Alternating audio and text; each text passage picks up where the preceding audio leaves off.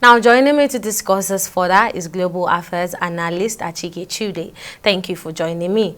Now, from your perspective, how likely is it that the Nigerian Labour Congress will be able to push for 1 million naira as the new minimum wage for workers now, considering the current economic climate and government policies? Well, obviously, there's a basis for that. And, Joe Ajero, the NSC president, put their demand in the context of the rising inflation in the country today. Because it is very clear that inflation is taking a lot of money from people's pockets in the country, and that whatever you pay, even if you pay 200,000 today, they will still not be able to do a lot with the money. The prices of everything have skyrocketed. Food inflation is about 33% now? And then the general inflationary trend in the country has continued to be on the rise. And so you're not just talking about foodstuff, you're talking about even housing. Landlords have increased their rent a long time ago.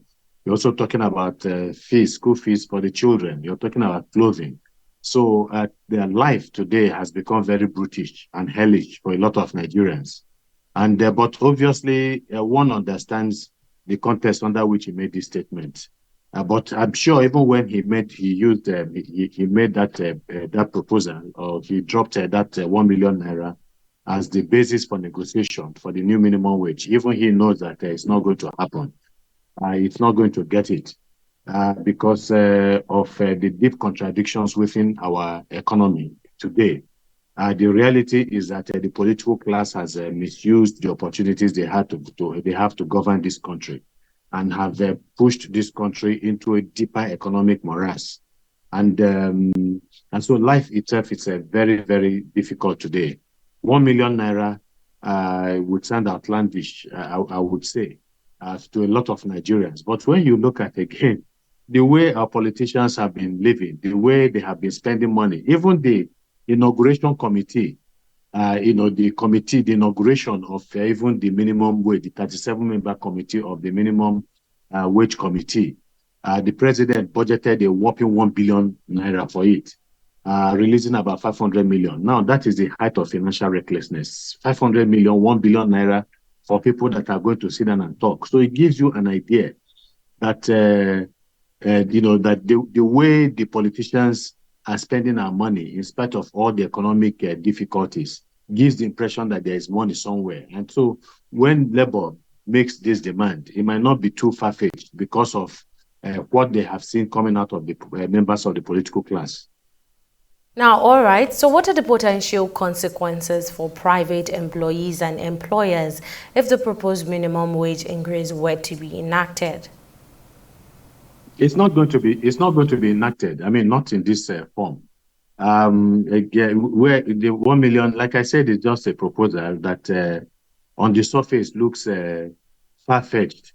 But again, if you look deep down at the economy, you realize that perhaps anything close to 500,000 might begin to do the work, to do the deal. But I know that the federal government is not going to do that. They even find it difficult to pay 30,000 naira, not because, again, as a minimum wage, not because the money is not there, but because the politicians prefer to steal these things, to loot the treasury, rather than pay their employers, their employees. So obviously there are consequences, especially for the private sector. The private sector is struggling so much now. They have had to cut down on production in terms of production, capacity. They have had to cut down. A lot of companies have had to leave the shores of this country. Those with foreign connections have had to leave Nigeria. And those that are still left are busy cutting down and increasing price, cutting down on cost of production, increasing prices almost every 1 week or every few days. They're increasing the prices. And that is the only way they can remain in business if they don't do all of this. So there are consequences. And so when you have a minimum wage that is agreed in the public sector, it is going to have consequences in the private sector. And that's why this negotiation does not only involve members of the public sector, that is the government at the federal level and the state level.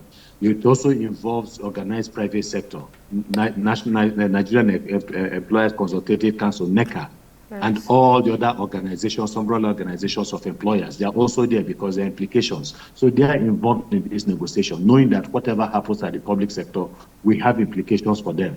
All right, Global Affairs Analyst Achike Chude, thank you for lending in your thought, and we look forward to a better Nigeria.